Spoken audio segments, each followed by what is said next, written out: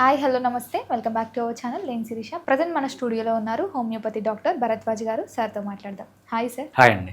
Sir, నార్మల్గా hormonal imbalance అంటే ఏంటి, దానికి అర్థం? మన బాడీలో హార్మోన్స్ అని ఉంటాయండి. హార్మోన్స్ అంటే ఏంటంటే కెమికల్స్ అనమాట. ఈ కెమికల్స్ ఏం చేస్తాయంటే మనకు డిఫరెంట్ పార్ట్స్లో ఉంటాయి. బ్రెయిన్లో కొన్ని కెమికల్స్ రిలీజ్ అవుతాయి, మన మజిల్స్లో కొన్ని రిలీజ్ అవుతాయి, మన రీప్రొడక్టివ్ ఆర్గాన్స్లో కొన్ని రిలీజ్ అవుతాయి, మన డైజెస్టివ్ సిస్టంలో కొన్ని రిలీజ్ అవుతాయి. ఇవన్నీ ఏం చేస్తాయంటే బ్లడ్లోకి రిలీజ్ అవుతాయి అన్నమాట. అది రిలీజ్ అయ్యేది ఒక దగ్గర, పని చేసేది ఒక దగ్గర అనమాట. అంటే బ్లడ్లో ఎంటర్ అయ్యి బ్లడ్లో మొత్తం క్యారీ అవుతాయి. దాన్ని మనము హార్మోన్స్ అంటాం అనమాట. ఇవి చాలా మైన్యూట్ క్వాంటిటీస్లో ఉంటాయి. దీంట్లో కొంచెం తేడా వచ్చినా కూడా ఎంటైర్ సిస్టంలో తేడా వస్తుందన్నమాట. హార్మోన్స్ అనేవి ఎక్కువ ఉండకూడదు, తక్కువ ఉండకూడదు. A stage of the life, a stage of the ఫిజియాలజీలో ఎంత ఉండాలో అంతనే ఉండాలి. ఫర్ ఎగ్జాంపుల్, విమెన్కి 30 days సైకిల్ ఉందనుకోండి. 30 days సైకిల్లో ఈస్ట్రోజన్, ప్రొజెస్ట్రోన్ అనే హార్మోన్స్ వేరీ అవుతూనే ఉంటాయన్నమాట. ఆ పర్టికులర్ డే ఎంత ఉండాలో అంతే ఉండాలి. దానికంటే ఎక్కువ ఉండకూడదు, తక్కువ ఉండాలి. ఇది జస్ట్ ఒక ఎగ్జాంపుల్ అనమాట. ఇలాంటి హార్మోన్స్ మనకు కొన్ని వందల హార్మోన్స్ ఉన్నాయి. ఈ హార్మోన్స్ అన్నీ స్టేజ్ ఆఫ్ లైఫ్ని బట్టి, ప్రెగ్నెన్సీ ఉందా, ప్రెగ్నెన్సీ లేదా, మ్యారేజ్ అయిందా, మ్యారేజ్ లేదా అని డిఫరెంట్ క్రైటీరియాని బట్టి అది ఎంత ఉండాలో అంతే ఉండాలి. ఎప్పుడైతే ఈ చేంజ్ వచ్చిందో, క్వాంటిటీ ఆఫ్ ది హార్మోన్స్లో చేంజ్ వచ్చిందో, లేకపోతే ఆ హార్మోన్ క్వాంటిటీ ఎంతసేపు, డ్యూరేషన్ ఆఫ్ ది హార్మోన్లో చేంజ్ వచ్చిందో దాన్ని మనం హార్మోనల్ ఇంబ్యాలెన్స్ అంటాను. ఈ హార్మోనల్ ఇంబ్యాలెన్స్ వల్ల చాలా ప్రాబ్లమ్స్ వస్తాయి. దీనికి బెస్ట్ సొల్యూషన్, హార్మోన్ ఇంబ్యాలెన్స్ వల్ల ఏదన్నా కూడా బ్రెయిన్లో హార్మోనల్ ఇంబ్యాలెన్స్ ఉంది, బ్లడ్లో ఉంది, రీప్రొడక్టివ్ సిస్టంలో ఉంది, హోమియోపతిలో మనకు కాన్స్టిట్యూషనల్ ట్రీట్మెంట్ అని ఉంటుందన్నమాట. ఈ కాన్స్టిట్యూషనల్ ట్రీట్మెంట్ కానీ ఒక పర్సన్కి మనం ఇస్తే most of the hormonal imbalance అన్నీ పోయి నార్మల్గా తయారవుతారు. ఇవన్నీ ఏంటంటే జీరో సైడ్ ఎఫెక్ట్స్. మనం ఇక్కడ హార్మోన్తో చేంజ్ చేసినా కూడా మనం బయట నుంచి ఏమి హార్మోన్స్ చేయకుండా ఏవైతే ఇంబ్యాలెన్స్ ఉందో దాన్ని కరెక్ట్ చేయడానికి న్యాచురల్ హీలింగ్ పద్ధతిలో హోమియోపతిలో మనము ఈ హార్మోనల్ ఇంబ్యాలెన్స్ని కరెక్ట్ చేసుకోవచ్చు. సార్, నార్మల్గా హార్మోనల్ ఇంబ్యాలెన్స్ ఉన్న వారికి బరువు ఎక్కువ ఉంటారు కదా, వాళ్ళపై ఎలాంటి ప్రభావం చూపిస్తుందంటారు? రైట్. మెయిన్గా మనం బరువు పెరగడానికి ఒక హార్మోన్ ఉంటుందండి. దాన్ని ఇన్సులిన్ అంటామన్నమాట. ఈ ఇన్సులిన్ అనే హార్మోన్ ఏం చేస్తుందంటే, మీరు ఎప్పుడైతే ఏదన్నా తింటారో, కార్బోహైడ్రేట్ తింటారో, తేనె కానీ, బెల్లం కానీ, చక్కెరతో చేసిన వస్తువులు ఏంటి, కూల్ డ్రింక్సు, పిజ్జాసు, లేకపోతే పిండి పదార్థము, ప్రాసెస్డ్ ఫుడ్, ఎప్పుడైతే ఇవన్నీ తింటారో ఈ ఇన్సులిన్ అనే హార్మోను కావాల్సిన దానికంటే ఎక్కువ అయిపోతుంది అనమాట. ఎక్కువైపోయిన స్టేజ్ని ఏమంటామంటే హైపర్ ఇన్సులినీమియా అంటామన్నమాట. ఈ హైపర్ ఇన్సులినీమియా ద్వారా ఇన్సులిన్ రెసిస్టెన్స్ వస్తుంది అనమాట. ఇన్సులిన్ రెసిస్టెన్స్ అంటే మన బాడీలో ఇన్సులిన్ ఉన్నా కూడా మన సెల్స్ ఇన్సులిన్కి రెస్పాండ్ కావు. అప్పుడు ఏమవుతుంది అంటే మనం తిన్న ఫుడ్ అంతా ఫ్యాట్గా కన్వర్ట్ అయ్యి బాడీలో డిపాజిట్ అయిపోతుంది అనమాట. ఈ డిపాజిట్ అవ్వడాన్నే మనము ఒబేసిటీ అంటాం. ఈ ఒబేసిటీ ఎలా ఉంటుంది, స్కిన్ కింద డిపాజిట్ అవుతుంది, లేదంటే అబ్డామిన్లో డిపాజిట్ అవుతుంది. హోమియోపతిలో చాలా మంచి మెడిసిన్స్ ఉన్నాయి. ఏదైతే మనం ఈ ఇన్సులిన్ రెసిస్టెన్స్ అంటామో ఈ ఇన్సులిన్ రెసిస్టెన్స్ తగ్గడానికి చాలా మంచి మెడిసిన్స్ ఉన్నాయి. కొంచెం డైట్లో కన్నా చేంజెస్ చేసుకొని మీరు కన్నా ఇన్సులిన్ రెసిస్టెన్స్ తగ్గించుకుంటే ఎటువంటి వారైనా ఇన్సులిన్ని మళ్ళీ నార్మల్ స్టేజ్కి తెప్పించుకొని వెయిట్ అనేది తగ్గచ్చు అనమాట. ఈ వెయిట్ లాస్కే మన దగ్గర ఒక ప్రోగ్రామ్ ఉంది. దాన్ని మనం ఫిట్ ఇన్ 6 ప్రోగ్రామ్ అంటాం. 6 monthsలో మీకు కావాల్సిన వెయిట్ తెచ్చి మీ హార్మోనల్ ఏవైతే ఇన్సులిన్ ఇంబ్యాలెన్స్ ఉందో ఇన్సులిన్ని మళ్ళీ నార్మల్ చేసి హైపర్ ఇన్సులినిమిక్ స్టేట్ నుంచి నార్మల్ ఇన్సులిన్కి తెచ్చి ఇన్సులిన్ రెసిస్టెన్స్ తగ్గించి వెయిట్ లాస్ చేయడానికి ఈ ప్రోగ్రామ్ అనేది, ఈ ఫిట్ ఇన్ 6 ప్రోగ్రాము చాలా బాగా యూజ్ అవుతుంది. సార్, ఎక్కువ చూస్తుంటాం మహిళల్లో మాత్రం ఎక్కువగా హార్మోన్ చేంజెస్ అనేవి జరుగుతూ ఉంటాయి. దీన్ని ఎలా గుర్తించవచ్చు అంటారు మనం? రైట్, మీరు చెప్పింది కరెక్ట్ అండి. మగవాళ్ళతో పోలిస్తే ఆడవాళ్ళలో హార్మోనల్ ఇంబ్యాలెన్స్ అనేది ఎక్కువగా ఉంటుంది. ఎందుకు హార్మోనల్ ఇంబ్యాలెన్స్ ఎక్కువగా ఉంటుంది అంటే మగవాళ్ళ లైఫ్లో పెద్ద చేంజెస్ అనేవి ఉండవు. చిన్నప్పుడు కొన్ని రకాల హార్మోన్స్ ఉంటాయి, పెద్ద అయినాక కొన్ని రకాల హార్మోన్స్ ఉంటాయి, ముసలి వాళ్ళ తర్వాత ఆ హార్మోన్స్ తగ్గిపోతాయి. ఈ 3 స్టేజెసే ఉంటాయి. కానీ విమెన్లో అలా కాదు. విమెన్ మెచ్యూర్ అవుతుంది, అప్పుడు సడన్గా హార్మోనల్ చేంజెస్ వస్తాయి. విమెన్ మ్యారేజ్ చేసుకుంటుంది, సెక్షువల్గా యాక్టివ్గా అవుతుంది, అప్పుడు సడన్గా హార్మోనల్ చేంజెస్ వస్తాయి. విమెన్ ప్రెగ్నెంట్గా మారుతుంది, ఇమ్మీడియట్గా హార్మోనల్ చేంజెస్ వస్తాయి. వెంటనే ప్రెగ్నెన్సీ అయిపోతుంది, పిల్లలు పుడతారు, అప్పుడు మళ్ళీ హార్మోనల్ చేంజెస్ వస్తాయి. ఇన్ని అప్స్ అండ్ డౌన్స్ ఉండడం వల్ల ఇక్కడ ఏ ప్రాబ్లం వచ్చినా కూడా విమెన్లో హార్మోనల్ చేంజెస్ వల్ల ప్రాబ్లమ్స్ అనేవి వస్తాయి. ఇటువంటి విమెన్కి హార్మోనల్ చేంజెస్ మేబీ ప్యూబర్టీలో అంటే పెద్ద మనిషి అయ్యేటప్పుడు ప్రాబ్లమ్స్ ఉన్నా, లేకపోతే మ్యారేజ్ అయిన వెంటనే ఏమన్నా ప్రాబ్లమ్స్ ఉన్నా, లేకపోతే ఇంకో ఇంపార్టెంట్ విషయం మర్చిపోయాం, మెనోపాజ్లో సడన్గా హార్మోన్స్ పడిపోతాయి. మెనోపాజ్లో హార్మోనల్ ఇంబ్యాలెన్స్ ఉన్నా, ప్రెగ్నెన్సీ ఉన్నప్పుడు హార్మోనల్ ఇంబ్యాలెన్స్ ఉన్నా, ప్రెగ్నెన్సీ డెలివరీలో హార్మోనల్ ఇంబ్యాలెన్స్ ఉన్నా, అన్ని స్టేజ్ ఆఫ్ హార్మోనల్ ఇంబ్యాలెన్స్ విమెన్కి హోమియోపతి చాలా బాగా పనిచేస్తుంది. ఎప్పుడైతే మనం ఆ సందర్భాన్ని బట్టి ఏ మెడిసిన్ ఇవ్వాలో, ఏ ప్రాబ్లమో డయాగ్నోస్ చేసి హోమియోపతి మెడిసిన్ ఇచ్చినప్పుడు ఈ హార్మోనల్ ఇంబ్యాలెన్స్ని బాగా హోమియోపతి ద్వారా కరెక్ట్ చేయొచ్చు. హెల్దీగా విమెన్, సో ప్యూబర్టీలో ఏదైనా పెద్ద మనిషి అయిన తర్వాత ఏమన్నా ప్రాబ్లం వచ్చినా, మెనోపాజ్ నుంచిలో ఏదైనా ప్రాబ్లం వచ్చినా, ఈ మధ్యలో ప్రాబ్లమ్స్ కూడా హోమియోపతి బెస్ట్ ట్రీట్మెంట్ అనమాట హార్మోనల్ ఇంబ్యాలెన్స్కి. సార్ చాలా వరకు మెన్స్‌లో హార్మోనల్ ఇంబాలెన్స్ జరుగుతూ ఉంటుంది కదా! అది ఎలా గుర్తించొచ్చు అంటారు మనం ఫస్ట్ స్టేజ్‌లో?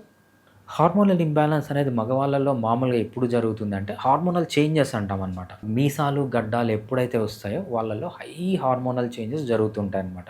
సో సెక్షువల్ హార్మోన్స్ రిలీజ్ కావడం, టెస్టోస్టిరాన్ రిలీజ్ కావడం, ఆక్సిటోసిన్‌లో చేంజ్ రావడం, ఈస్ట్రోజన్, ప్రొజెస్ట్రాన్‌లో చేంజెస్ రావడం, ఇవి ఆ స్టేజ్‌లో చూస్తుంటాం. నెక్స్ట్ ఇంపార్టెంట్ స్టేజ్ ఎప్పుడు అంటే మనం 40-45 ఇయర్స్‌లో మెన్‌లో ఎక్కువ చేంజెస్ చూస్తామన్నమాట. ఎందుకంటే 25 ఇయర్స్‌కి మెన్‌లో టెస్టోస్టిరాన్ అనేది పీక్ అవుతుంది. హై స్టేజ్‌లో ఉంటుంది.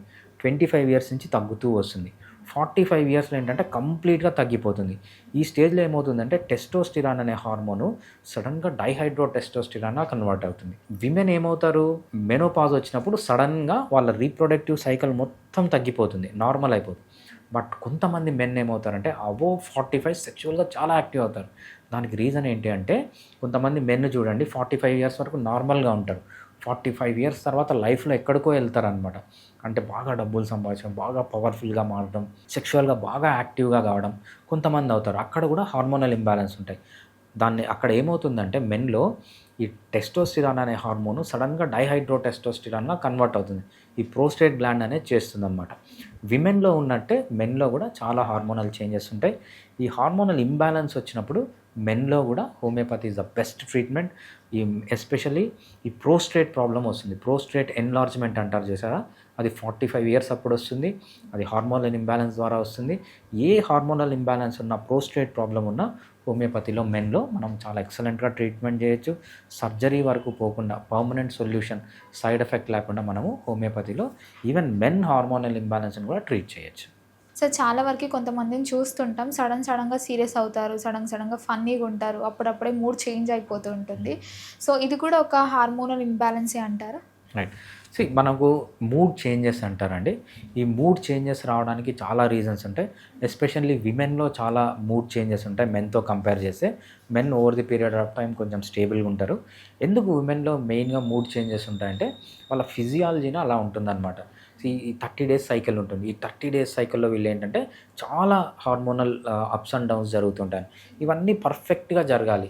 ఏ ఒక్క టైంలో కూడా ఏదన్నా డిస్టర్బెన్స్ వల్ల ఆ టైంలో ఉండాల్సిన హార్మోన్ కానీ, ఆ టైంలో ఉండాల్సిన ఎంజైమ్స్ కానీ డిస్టర్బెన్స్ వస్తే అది మూడ్ చేంజెస్ లాగా బయటపడుతుంది.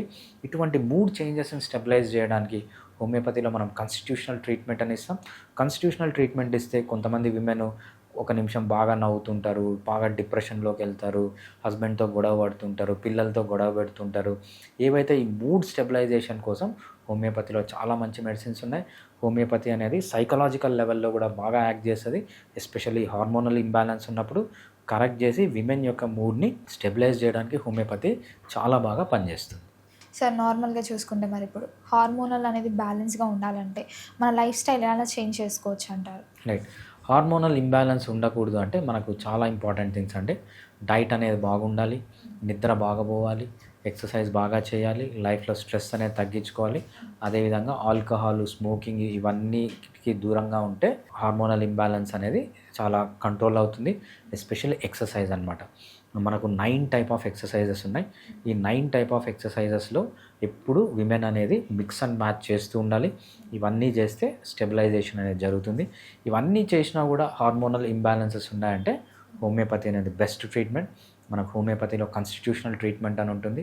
ఎప్పుడైతే విమెన్కి మనం కాన్స్టిట్యూషనల్ ట్రీట్మెంట్ ఇస్తామో, లేదా హార్మోనల్ ఇంబ్యాలెన్స్ ఉన్న మెన్కి కాన్స్టిట్యూషనల్ ట్రీట్మెంట్ ఇస్తామో, ఇవన్నీ బ్యాలెన్స్ అయ్యి న్యాచురల్ పద్ధతిలో సైడ్ ఎఫెక్ట్స్ లేకుండా ఈ ప్రాబ్లమ్స్ నుంచి వీళ్ళు బయటికి రాగలుగుతారు. సార్ చాలామంది ఊపిరి తీసుకునేటప్పుడు చాలా కష్టంగా తీసుకుంటుంటారు. మరి ఇది ఏ సమస్యకు కారణం అంటారు? రైట్. ఊపిరి తీసుకోవట్లేదు అంటే మనకు చాలా రీజన్స్ ఉంటాయండి. మేబీ నర్వస్ సిస్టమ్‌లో ఉన్నప్పుడు అంటే నరాలకు సంబంధించిన ప్రాబ్లమ్ గానీ, ఊపిరితిత్తులకు సంబంధించిన ప్రాబ్లమ్ గానీ, కిడ్నీకి సంబంధించిన ప్రాబ్లమ్ గానీ, హార్ట్‌కి సంబంధించిన ప్రాబ్లమ్ గానీ, ఇట్లా చాలా ప్రాబ్లమ్స్ ఉన్నాయి. ఏ ప్రాబ్లమ్‌లో అయినా మనము ఊపిరి తీసుకోకపోవడం అనేది ఒక సింప్టమ్ మాత్రమే అంటే. మనం కామన్‌గా ఇప్పుడు చూసేది ఏంటంటే ఒబేసిటీ. ఒబేసిటీ ఉన్నప్పుడు వీళ్ళేంటంటే నడవలేక, వాళ్ళు తీసుకున్న గాలి సరిపోలేక ఊపిరి ఎక్కువ పీల్చుకోవడం మనం చూస్తుంటాం అనమాట. ఇంకోటేంటంటే అనీమిక్ కండిషన్స్. హిమోగ్లోబిన్ తక్కువైపోయినప్పుడు వీళ్ళకి ఆక్సిజన్ క్యారింగ్ కెపాసిటీ తగ్గిపోయి అన్ని టిష్యూస్‌కి ఆక్సిజన్ అందక ఊపిరి అనేది ఎక్కువ పీల్చుకుంటూ ఉంటారనమాట. ఇదొకటి. ఇంకోటేంటంటే స్ట్రెస్ గానీ, డిప్రెషన్స్ గానీ ఏవన్నా ఉన్నప్పుడు, లేకపోతే హార్ట్ ప్రాబ్లమ్స్ ఉన్నప్పుడు, హార్ట్‌లో ఏదన్నా బ్లాక్స్ ఉన్నప్పుడు కూడా ఊపిరి పీల్చుకోవడం కష్టమవుతుంది. ఏ ప్రాబ్లమ్స్ ఉన్నా కూడా హోమియోపతిలో మనం ఏం చేస్తామంటే ఫస్ట్ డయాగ్నోస్ చేస్తాం. ఇది బ్రెయిన్‌కి సంబంధించిన ప్రాబ్లమా, హార్ట్ అటాకా, రెస్పిరేషన్‌లో ఏమన్నా ప్రాబ్లమ్ ఉందా, ఒబేసిటీ వల్ల వస్తుందా, లేకపోతే బ్లడ్ తక్కువైపోవడం అంటే హెచ్‌బీ తక్కువైపోవడం, హిమోగ్లోబిన్ తక్కువైపోవడం వల్ల వస్తుందా, ఇంకేమైనా ప్రాబ్లమ్ ఉన్నాయని మనం ఫస్ట్ డయాగ్నోస్ చేసి హోమియోపతి ట్రీట్మెంట్ ఇస్తే అన్ని ప్రాబ్లమ్స్‌కి బ్రెత్‌లెస్‌నెస్ అంటామనమాట. దీన్ని డిస్నియా అంటామనమాట. కాజ్ ఐడెంటిఫై చేసి హోమియోపతి మెడిసిన్స్ అని వాడితే తప్పకుండా మోస్ట్ ఆఫ్ ది పీపుల్‌కి వితౌట్ సైడ్ ఎఫెక్ట్స్ ఈ ప్రాబ్లమ్స్ అన్నీ తగ్గిపోతాయి. సార్ కొంతమందిని చూస్తుంటాం మనము మెట్లు ఎక్కేటప్పుడు చాలా వరకు ఊపిరి తీసుకోవడం జరగదు. కష్టంగా ఫీల్ అవుతుంటారు వాళ్ళు. ఎందుకు అలా జరుగుతుందంటారు? రైట్. సో, మనకు ఏదన్నా గూడా సడన్‌గా ఒక పని చేస్తే ఏమవుతుందంటే, ఆ పని అలవాటు లేనప్పుడు మనకు ఆక్సిజన్ కావాల్సొస్తుంది. కావాల్సినంత ఆక్సిజన్ మన లంగ్స్ సప్లై చేయవనమాట. ఎందుకంటే, మనకు అలవాటు లేదు. ఎప్పుడైతే అలవాటు లేకుండా సడన్‌గా చేస్తామో, మనకు ఆక్సిజన్ సరిపోక ఇన్ని రోజులు అసలు కాళ్ళకు మనం పనే చెప్పలేదు. సడన్‌గా కాళ్ళకి పని చెప్తే ఏమవుతుందంటే, దానికి ఆక్సిజన్ సరిపోదు. ఆక్సిజన్ సరిపోక ఎక్కువ తీసుకుంటుందనమాట. లేకపోతే హార్ట్‌లో ఏదన్నా ప్రాబ్లమ్స్ ఉండొచ్చు. హార్ట్‌లో ప్రాబ్లమ్స్ ఉన్నప్పుడు ఏంటి, గుండెకు కావాల్సిన ఆక్సిజన్ సప్లై కాదు. ఎప్పుడైతే గుండెకు ఆక్సిజన్ సప్లై కాదో ఎక్కువ గాలి పీల్చుకోవడానికి ఫీడ్‌బ్యాక్ ఇస్తుందనమాట. లేకపోతే ఒబేసిగా ఉన్నారు. ఒబేసిటీగా ఉంటే ఏంటంటే మీ ఫ్యాట్‌కి కూడా మీరు ఆక్సిజన్ సప్లై చేయాల్సొస్తుంది. రైట్. ఆక్సిజన్ సరిపోక మీకు ప్రాబ్లమ్స్ అనేవి వస్తాయన్నమాట. సో, ఇటువంటి ప్రాబ్లమ్స్‌కంతా కొన్ని లైఫ్ స్టైల్ మోడిఫికేషన్స్ చేసుకొని హోమియోపతి ట్రీట్మెంట్ గాని తీసుకుంటే హార్ట్ వల్ల వచ్చే ప్రాబ్లమ్స్ గానీ, లంగ్స్‌లో వచ్చే ప్రాబ్లమ్స్ గానీ, కండరాల్లో వచ్చే ప్రాబ్లమ్స్ గానీ, ఒబేసిటీ వల్ల వచ్చే ప్రాబ్లమ్స్ గానీ, ఇంకా వేరే ఏ ప్రాబ్లమ్స్ ఉన్నా కూడా హోమియోపతి ద్వారా కంప్లీట్‌గా మనము తగ్గించుకోవచ్చు. సార్ చాలా వరకు చూస్తుంటాం అమ్మ వాళ్ళు అంటుంటారు ఎక్కువ స్వీట్స్ తినడం వల్ల నువ్వు ఊరికే దగ్గుతున్నావు స్వీట్స్ మానేయి అని. కానీ ఇప్పుడు చూసుకుంటే తరచుగా కొంతమందికి అసలు స్వీట్స్ తిన్నా తినకపోయినా దగ్గు వస్తూనే ఉంటుంది. దీనికి కారణం ఏంటంటారు అసలు? చాలామంది నేను కూడా గమనించానండి. చాలామంది ఏం చెప్తారంటే మనం కేస్ తీసుకునేటప్పుడు, "సార్ నాకు దగ్గొస్తుంది సార్" అంటారు. దగ్గు ఎక్కువ ఏం చేస్తే ఎక్కువ అవుతుంది అంటే కొంతమంది నడవడం అంటారు, కొంతమంది చలి అంటారు, కొంతమంది స్వీట్స్ తినడం కూడా అంటారనమాట. బేసిక్‌గా స్వీట్స్ తిన్నప్పుడు దగ్గు ఎక్కువ అవుతుంది అనేది అది నాన్ సైంటిఫిక్ అనమాట. మేబీ మనకు బియాండ్ సైన్స్ మనకు దొరకని కొన్ని రీజన్స్ ఉంటాయి. దాంట్లో ఇదొకటి. నేను చాలామందిని స్వీట్స్ తినడం వల్ల దగ్గు ఎక్కువ అవుతుంది అనేది గమనించాను. మేబీ స్వీట్స్ తినేటప్పుడు కొంచెం ఏదన్నా పార్టికల్స్ గొంతులోకి వెళ్ళిపోయి, లంగ్స్‌లోకి వెళ్ళిపోయి అదేమన్నా దగ్గుని ట్రిగ్గర్ చేస్తుందో ఐడియా లేదు గానీ, బట్ సైంటిఫిక్‌గా అయితే దగ్గుకి, స్వీట్స్‌కి సంబంధం లేదు. బట్ ఇటువంటి దానికి గూడా అంటే సైన్స్‌కు సంబంధించి, సైన్స్‌కు ఎక్స్‌ప్లెయిన్ చేయలేని విషయాలకు గూడా హోమియోపతిలో చాలా మంచి మెడిసిన్స్ ఉన్నాయి. స్పెసిఫిక్ మెడిసిన్స్ ఉన్నాయి హోమియోపతిలో. దగ్గు గన స్వీట్స్ తినడం వల్లొస్తే ఈ మెడిసిన్ ఇయ్యండి అని ఉంటుంది. అటువంటి మెడిసిన్ నేను తప్పకుండా ఇస్తాను వీళ్ళకి. ఎటువంటి దగ్గైనా స్వీట్స్ తినడం వల్ల పెరిగేది ఒక పెక్యులర్ సింప్టమ్ అనమాట. ఆ సింప్టమ్స్‌కి స్పెసిఫిక్ డ్రగ్స్ ఉన్నాయి. ఆ డ్రగ్స్ ఇస్తే వెంటనే వీళ్ళకి దగ్గనేది తగ్గిపోతుంది. అంత బ్యూటిఫుల్‌గా హోమియోపతి ఇటువంటి సైన్స్ కూడా ఎక్స్‌ప్లెయిన్ చేయలేని డిసీజెస్‌కి ట్రీట్మెంట్ చేయొచ్చనమాట హోమియోపతిలో. సార్ ఊపిరితిత్తుల బలహీనతని ఎలా గుర్తించొచ్చంటారు మనం? ఊపిరితిత్తుల బలహీనత అంటే ఏంటంటే, నార్మల్‌గా మనకు సర్టెన్ రెస్పిరేటరీ రేట్ ఉంటుందన్నమాట. అంటే మనకు నిమిషానికి ఇన్ని సార్లు మాత్రమే ఊపిరి పీల్చాలి. అంతకంటే ఎక్కువ పీలిస్తే ఏంటంటే, మనకు కెపాసిటీ సరిపోవట్లేదు. మన ఊపిరితిత్తులు కావాల్సిన ఆక్సిజన్‌ని తీసుకోవట్లేదు. లేకపోతే కొంతమందికి షాలో బ్రీతింగ్ ఉంటుందన్నమాట. మల్టిపుల్ టైమ్ బ్రీత్ చేస్తారు. జస్ట్ తీసుకొని వదిలేస్తూ ఉంటారు. డిఫరెంట్ పీపుల్‌లో డిఫరెంట్ ప్యాటర్న్స్ ఉంటాయన్నమాట. మనం ఈ పర్టిక్యులర్ పర్సన్‌లో ఎందుకు ఊపిరి తీసుకోవట్లేదు అని డయాగ్నోస్ చేసి మనం హోమియోపతిలో ట్రీట్మెంట్ ఇస్తే తప్పకుండా ఈ ఊపిరి తీసుకునే బలహీనత నుంచి హోమియోపతి ట్రీట్మెంట్ ద్వారా పర్మనెంట్ సొల్యూషన్ చూపియచ్చు. Without side effects, zero side ఎఫెక్ట్స్తో మనము ఈ ఊపిరి సమస్యలకి హోమియోపతిలో ట్రీట్మెంట్ చేయొచ్చు. ఆయుర్వేద, యునాని, సిద్ధ, అలోపతి వీటన్నిటికంటే బెటర్గా పర్మనెంట్ సొల్యూషన్ కావాలి, ఉన్న ప్రాబ్లం కంప్లీట్గా రివర్స్ కావాలి, మళ్ళీ కాకుండా ప్రివెంట్ చేయాలి, ఇవన్నీ క్విక్గా జరగాలి అంటే homeopathy is the best treatment. Sir ముఖ్యంగా కాలుష్యం వల్ల, పొల్యూషన్ వల్ల మన శరీరం పైన ఎలాంటి ప్రభావాలు చూడొచ్చు అంటారు? రైట్. ఈ కాలుష్యం వల్ల మన శరీరం పైన లేని ప్రభావం అంటూ లేదండి. మనం తీసుకునే ఏదన్నా మనం కాలుష్యం వల్ల మనం తీసుకునే ఫుడ్డు, మనం తాగే నీళ్ళు, పీల్చే గాలి, మన శరీరానికి టచ్ అయ్యే అన్నీ కాలుష్యంలోనే ఉన్నాయి. వీటి వల్లనే మనకు చాలా చర్మ రోగాలు కానీ, ఎస్పెషల్లీ మనకు రీప్రొడక్టివ్ సంబంధించిన ప్రాబ్లమ్స్, ఇన్ఫర్టిలిటీ ప్రాబ్లమ్స్, ఇవన్నీ మనము ఎక్కువ కెమికల్ ఎక్స్పోజర్ వల్లనే వస్తున్నాయి. ఈ కెమికల్ ఎక్స్పోజర్ వల్ల ఇన్ఫర్టిలిటీ ప్రాబ్లమ్స్ రావడం కానీ, స్కిన్ ప్రాబ్లమ్స్ కానీ, హోమియోపతి లేకపోతే లంగ్ ప్రాబ్లమ్స్కి కానీ హోమియోపతి అనేది చాలా బాగా పనిచేస్తుంది. ఎస్పెషల్లీ లంగ్లో ఏ ప్రాబ్లం ఉన్నా ఈ కాలుష్యం వల్ల హోమియోపతి వాడచ్చు. ఇన్ఫర్టిలిటీ ప్రాబ్లమ్స్ ఉన్న హోమియోపతి వాడచ్చు. స్కిన్లో అలర్జీస్ కానీ, డర్మటైటిస్ కానీ ఏమన్నా కూడా హోమియోపతి వాడచ్చు. Without side effect permanent solution కావాలి, ఈ ప్రాబ్లమ్ నుంచి పర్మనెంట్ సొల్యూషన్ కావాలంటే హోమియోపతి అనేది బెస్ట్ ట్రీట్మెంట్ అనమాట. సార్ ప్రజెంట్ జనరేషన్లో చూస్తే చాలామంది తిన్న వెంటనే పడుకుంటున్నారు. అంటే పొద్దు నుంచి జాబ్ చేసి రాగానే తిని నిద్రపోతున్నారు, వాకింగ్ చేయకుండా. కొంతమంది మిడ్ నైట్ తిన్న వెంటనే పడుకుంటూ ఉంటారు. ఇది నిజంగా అలా చేస్తే ఆరోగ్యానికి ఏదైనా హానికరం అంటారా? తిన్న వెంటనే పడుకోవడం అనేది హానికరం కాదండి. మనం ఇప్పుడే కాదు, మన పూర్వీకుల నుంచి తిన్న వెంటనే మనకు పడుకోవడం అలవాటు, అది తప్పు కాదు. కానీ ఏ టైంకి తింటున్నాడు, ఏ టైంకి పడుకుంటున్నాడు అనేది చాలా ఇంపార్టెంట్ అనమాట. మీరు 6 o'clock అంతా తినేసి 7కో 8కో పడుకున్నారంటే ఏమీ ప్రాబ్లం ఉండదు. 7 o'clockకు తిని 7:30కి పడుకున్నారంటే ఏమీ ప్రాబ్లం ఉండదు. మీరు 10 o'clockకి తిని, మిడ్ నైట్ 2 గంటలకు తిని, ఎర్లీ మార్నింగ్ 3కు తిని అప్పుడు పడుకుంటున్నారంటే అది ప్రాబ్లం అనమాట. మెయిన్ ప్రాబ్లం అనేది ఎప్పుడు తింటున్నాడు అనే దాన్నే డిపెండ్ అయి ఉంటుంది అనమాట. ఈ బుక్లో మనము సర్కేడియన్ రిథమ్ అని ఒక చాప్టర్ ఉందన్నమాట. సర్కేడియన్ రిథమ్ అంటే ఏంటంటే మనం ఎప్పుడు తినాలి, ఏ టైం నుంచి ఏ టైం వరకు తినాలి. మనం తిండి తినాల్సింది ఏంటంటే మార్నింగ్ 11 o'clock నుంచి ఈవినింగ్ 6 o'clock మధ్యలోనే తినాలి.